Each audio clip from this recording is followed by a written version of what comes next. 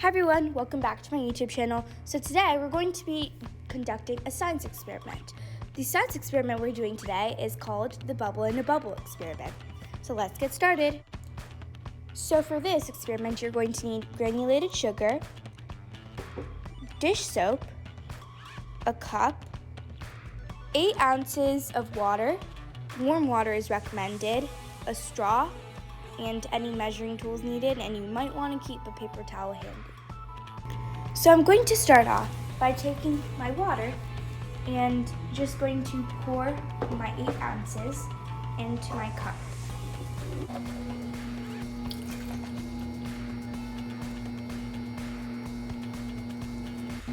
Next, I'm going to add a tablespoon of my granulated sugar.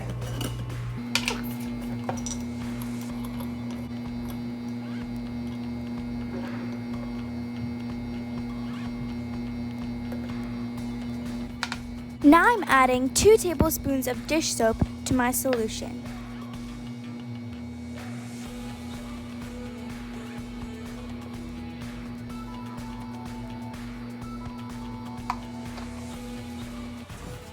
And now we're going to just use the tablespoon to just stir the solution gently until the sugar dissolves. So this is the part where it's useful to use warm water since it dissolves the sugar faster. And you want to do this gently so that there's no bubbles.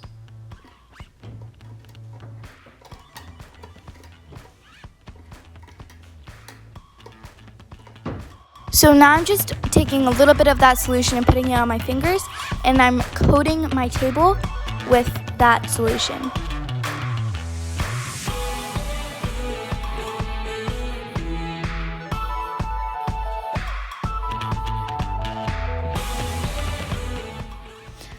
So now I'm dipping my straw in the solution, and one end of it isn't covered, so that's the end I'm going to be blowing through. Make sure that your straw isn't touching the table when you blow, otherwise this will puncture the bubble. And make sure that your bubble isn't too big, because as you blow more bubbles inside and create more layers, the outer layer will expand more, causing that outer bubble to break.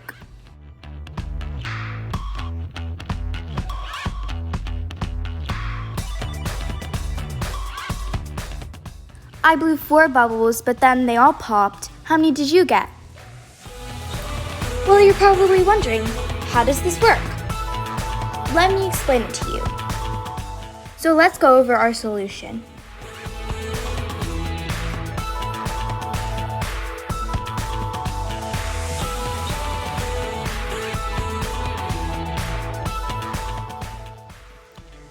Well, our solution included water, soap, and sugar.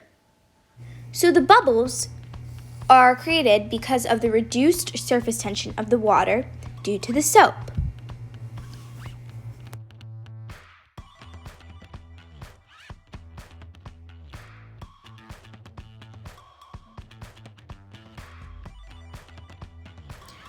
And you're probably wondering, what is surface tension?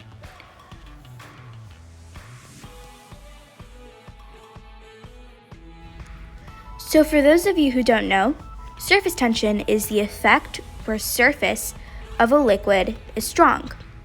This means that it can hold weight.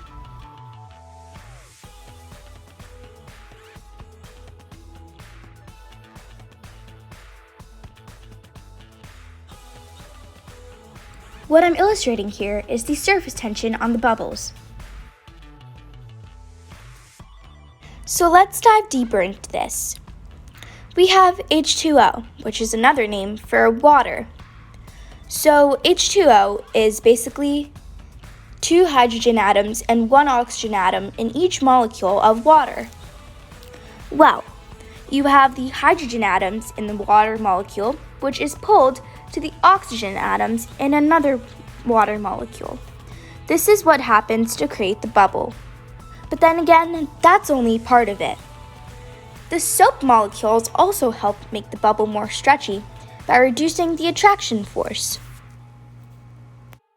And this is also why the bubble expanded instead of popping.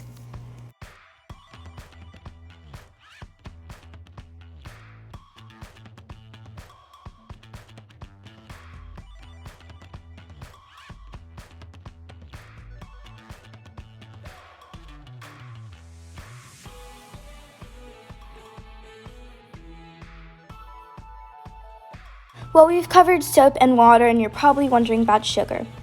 Well, soap and sugar slow the water molecules' evaporation time, so the bubbles stay longer.